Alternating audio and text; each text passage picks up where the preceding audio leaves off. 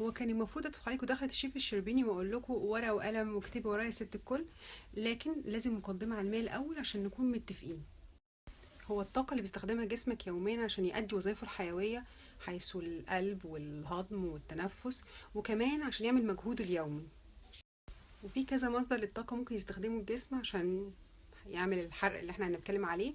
ممكن السكر وممكن الجلايكوجين وممكن الدهون، والجسم هيستخدم الدهون لو ما لقاش مصدر تاني للطاقة غيرها، وهنا يجي دور الدايت. فاللي بيعمل دايت مظبوط ومستمر عليه كده بيجبر جسمه انه يستخدم الدهون كمصدر صريح للطاقة، فبالتالي هيخس.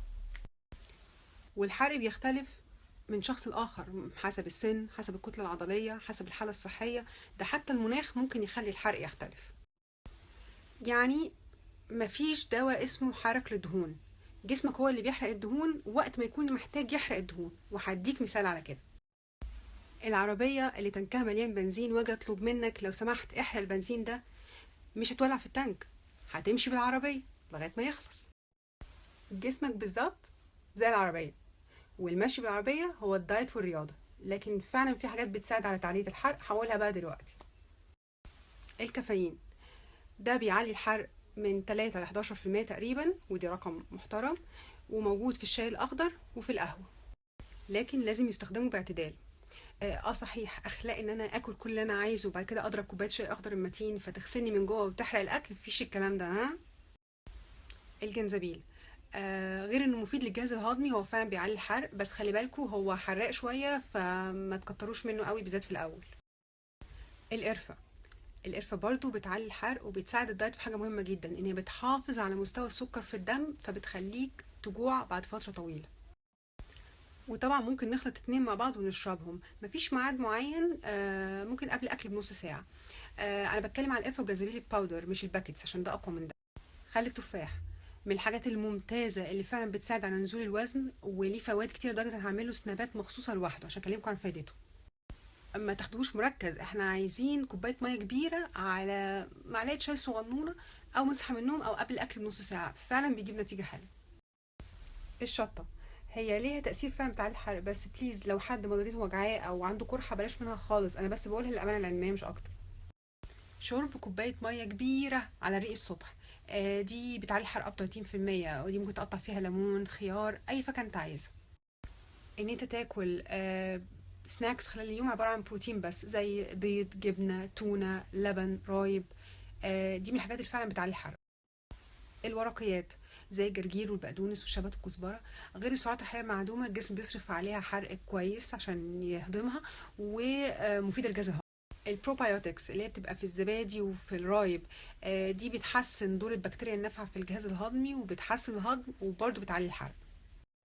الرياضه، طبعا الرياضه في العموم مهمه وبتحرق، بس الرياضه بتاعت الحديد واللي فيها مقاومه العضله بتفضل تحرق بعديها up to 9 ساعات. السم المتقطع يعني تحرم نفسك من الاكل عدد ساعات معين في اليوم، ما تاخدش غير المشروبات اللي ما فيهاش سعرات حراريه زي الميه والقهوه والشاي اللي من غير سكر.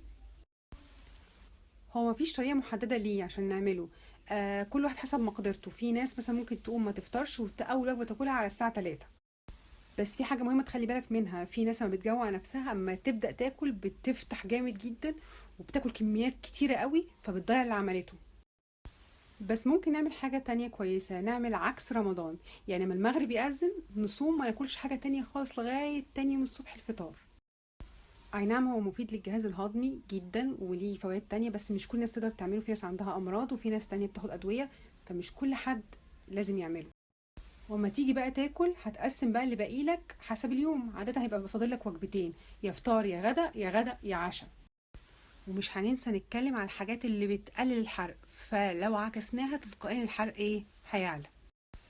اللي مش بيشرب ميه كتير وعنده جفاف في جسمه، احنا اتكلمنا عن كده في اول سنابس خالص، فعلا حرقه بيكون قليل ومش بيخس بسهوله. اللي مش بينام كويس بالليل مش بيخس بسهوله عشان مش بيطلع عنده هرمون اسمه جروس هرمون، ده بيساعد على حرق الدهون بطريقه صح. لو عندك نقص في فيتامين دي مش هتعرف تخس بسهوله، وللاسف انا شفت نقص فيتامين دي كتير، فلو مش بتخس بسهوله اعمل تحليل وشوف اخباره ايه.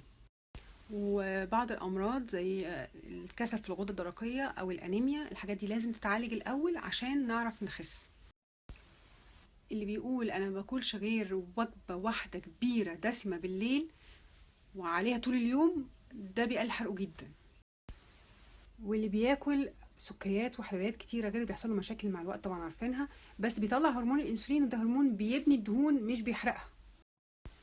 الناس اللي بتاكل جانك فود كتير ولحوم مصنعه واطعمه محفوظه وبتاخد انتيبيوتيك على الفاضي وعلى المليان، ده بيأثر على البكتيريا النافعة اللي في الجهاز الهضمي اللي بتساعد على الهضم، ووجدوا ان ده بيقلل الحرق برضو. انا كده خلاص خلصت، ارجو ان ما كنتش طولت عليكم. انا مستنيه بقى اسئلتكم، لا انا متوقعاها كمان، والموضوع هيكمل ويتفهم بيها، ففي انتظارها بقى. وكل ان شاء الله الحاجات دي هنزلها على اليوتيوب، فاعملوا سبسكرايب هناك، ولو عجبكم او استفدتوا وروه لغيركم. وشكرا جدا على وقتكم.